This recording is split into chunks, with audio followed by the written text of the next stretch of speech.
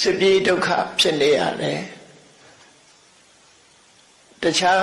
သဘာဝပေးရနေခံနေရတယ်အဲ့လိုအချိန်ခါမျိုးတွေဥပမာဒုတိယကမ္ဘာစစ်ဖြစ်တယ်ဆိုရင်ဒုတိယကမ္ဘာစစ်စစ်မီအတောက်ခံရတဲ့နေရာတွေဆိုလို့ရှိရင်ဘုံကျဲလို့ကိုနေရာကိုမနေနိုင်ဘူးဘုံကျဲတဲ့ထဲသေးတယ်လူသေးထွက်ပြေးတယ်လူပြေး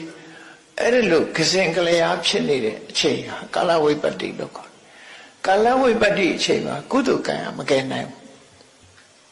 ကုသိုလ်ကံရှိလဲအကျိုးမပေးဘူးတဲ့ကာလဝိပတ္တိဖြစ်အဲ့ဒီအချိန်မှာအကုသိုလ်တွေက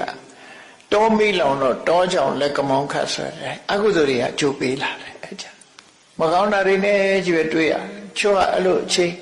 ခေတ်ဆိုးကာလဆိုကြီးမှာအသက်ခံရတဲ့လူတွေရှိတယ်ဘဝဆုံးရှုံးသွားတဲ့လူတွေရှိတယ်အများကြီးပဲနော်ကာလဝိပတ္တိလို့ခေါ်တယ်နောက်တစ်ခုကတော့ဥပတိဝိပတ္တိရှုစင်းပြည့်ရွင်းနေတယ်ရစီကန်းနေတယ်သို့မဟုတ်ခြေတော်ကျိုးနေတယ်ဘဝမှာမပြည့်မစုံတစ်ခုဖြစ်လာတယ်ဆိုရင်ဥပတိဝိပတ္တိလို့သူဟာဘယင်းသားဖြစ်ပေမဲ့လို့မျက်စိတစ်ဖက်ကန်းနေမင်းမဖြစ်တော့ဒီလိုဆိုလိုတာပေါ့နော်လက်ကျိုးခြေကျိုးဖြစ်နေလေသူ့ကိုဘယ်သူမှမင်းမမြောက်တော့ဘူးအဲ့ဒါဥပတိဝိပတ္တိဘယင်းသားဖြစ်နေပြီမဲ့လို့ကံတရားကဘယင်းဖြစ်အောင်လုပ်မပေးနိုင်တော့ကုသကံလုံးပေးနိုင်တော့ဥပတိဝိပတ္တိရှုပ်ဆင်းအင်္ဂါရဲ့ချိုးယွင်းပျက်စီးမှုအဲ့လိုဆိုဂတိဝိပတ္တိဆိုတာကြတော့မကောင်းတဲ့ဂတိကိုရောက်ဥပမာလောကမှာဖျားပွက်နေတယ်ဖျားပွက်နေတဲ့အချိန်မှာ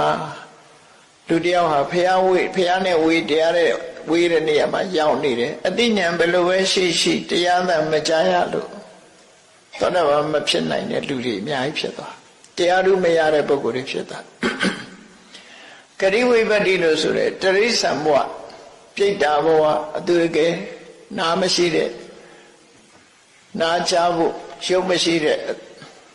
အရုပပြမဘုံတို့ရောက်နေတယ်ဆိုရင်ဘုရားပွင့်ပြီးတရားဟောနေတာသူ့အတွက်တော့ဘာမှအကျိုးခံစားမှုမရဘူး